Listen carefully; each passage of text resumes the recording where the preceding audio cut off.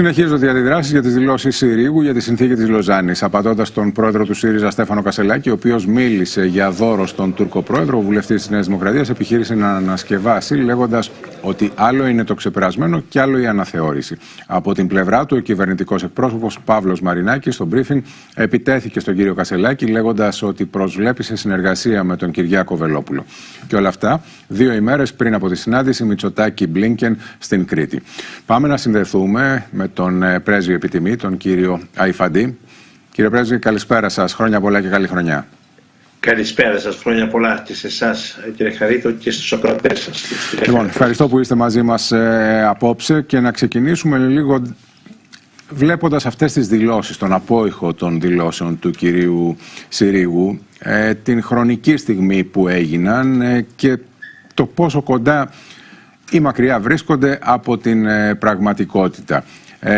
Όντως μιλάμε για μια συνθήκη η οποία είναι παροχημένη και από τι ορίζεται αυτό?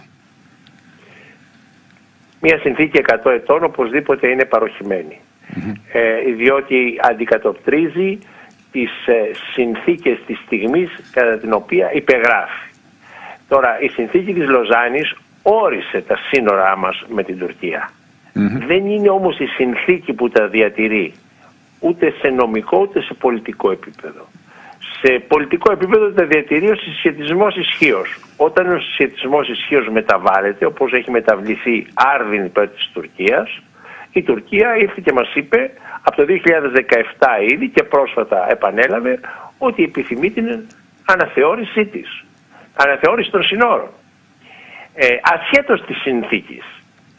Σε νομικό επίπεδο όμως τα σύνορά μας δεν τα εγγυάται η συνθήκη της Λοζάνης. Η συνθήκη της Λοζάνης, επαναλαμβάνω, τα όρισε. Τα εγγυάται οι 2 νομικά διεθνή κείμενα, το τελευταίο των οποίων είναι η διακήρυξη του Ελσίνκη το 1975, ακριβώς για το απαραβίαστο και την ότι δεν αλλάζουν περαιτέρω τα σύνορα στην Ευρώπη. Την έχει υπογράψει και η Ελλάδα και η Τουρκία. Μπορείς να ξεκινήσεις μια κουβέντα με μια άλλη χώρα όπως είναι η Τουρκία εν προκειμένου, συζητώντας μια συνθήκη την οποία έχεις υπογράψει 100 χρόνια πριν, λέγοντας ότι κάνουμε μια εξέταση à la carte, αφήνουμε εκτός αυτό, εκείνο και το άλλο ζήτημα? Κανείς δεν επικαλείται τη συνθήκη της Λοζάνης, ούτε η Ελλάδα ούτε η Τουρκία, για τα ζητήματα που εξετάζουν.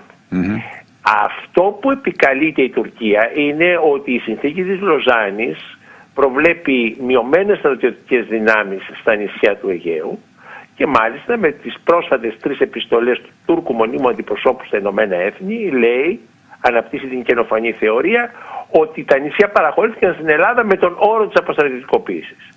Ο κύριος Συρίγος είπε, και έχει απόλυτο δίκιο, ότι δεν μπορούμε να εξετάσουμε την αποστρατιωτικοποίηση των νησιών επειδή τάχα μας το επιβάλλει η συνθήκη της Λοζάνης. Και αυτό ακριβώς ισχυρίζονται μια σειρά αναλυτές στην Ελλάδα, γύρω από το ΕΛΙΑΜΕΠ, μέσα και έξω στην κυβέρνηση, σε διάφορα κόμματα. Ότι είναι υποχρέωσή μας, απορρέως εκ της συνθήκης της Λοζάνης, να συζητήσουμε την αποστρατιωτικοποίηση όπως μας το ζητάει η Τουρκία. Η απάντηση είναι όχι. Διότι με πολύ νεότερο κείμενο, το Χάρτη των Ηνωμένων Εθνών, στο άρθρο 51, το δικαίωμα της άμυνας, της αυτοάμυνας, είναι απόλυτο. Δεν μπαίνει υπό καμία αίρεση αποστρατιωτικοποίησης. Και αυτό διότι ο Χάρτης των Ηνωμένων Εθνών ήρθε να καλύψει αμαρτίες του Μεσοπολέμου, όπου προβλεπόταν αποστρατιωτικοποίηση περιοχών που δεν τηρήθηκε και ουσιαστικά οδήγησε στον πόλεμο. Σας αναφέρω την κοιλάδα του Ρουρ που έπρεπε να είναι αποστρατιωτικοποιημένη, την επαναστρατιωτικοποίηση ο Χίτλερ κτλ. Συνεπώς, μετά το 1947 που ισχύει ο Χάρτης των Ηνωμένων Εθνών, τον οποίο έχουν κυρώσει οι πάντες, η Τουρκία και εμείς, το ζήτημα της άμυνας δεν τίθεται υπό αίρεση. Άρα έχει δίκιο ο κύριος Συρίγος όταν λέει ότι δεν συζητάμε με την Τουρκία και δεν πρέπει να συζητήσουμε πού θα βάλουμε τις ένοπλες δυνάμεις μέσα στην ελληνική επικράτεια. Αν θα τις βάλουμε στα νησιά του Αιγαίου, αν θα τις βάλουμε στην υπηρετική Ελλάδα κτλ. Είναι αποκλειστικό δικό μας δικαίωμα και δεν μπορεί να είναι αντικείμενο συζήτηση με την Τουρκία. Και πιστεύω ότι δεν ευσταθεί η θεωρία που έχει αναπτύξει εσχάτως ο κύριος Υπουργός Εξωτερικών, ο οποίος λέει ότι επειδή ακριβώς είναι αποκλειστικό μας δικαίωμα, εμείς επιλέγουμε να αποστρατιωτικοποιήσουμε βαθμιαία τα νησιά. Αυτό το πράγμα δεν είναι άσκηση κυριαρχίας, αυτό το πράγμα είναι υπακοή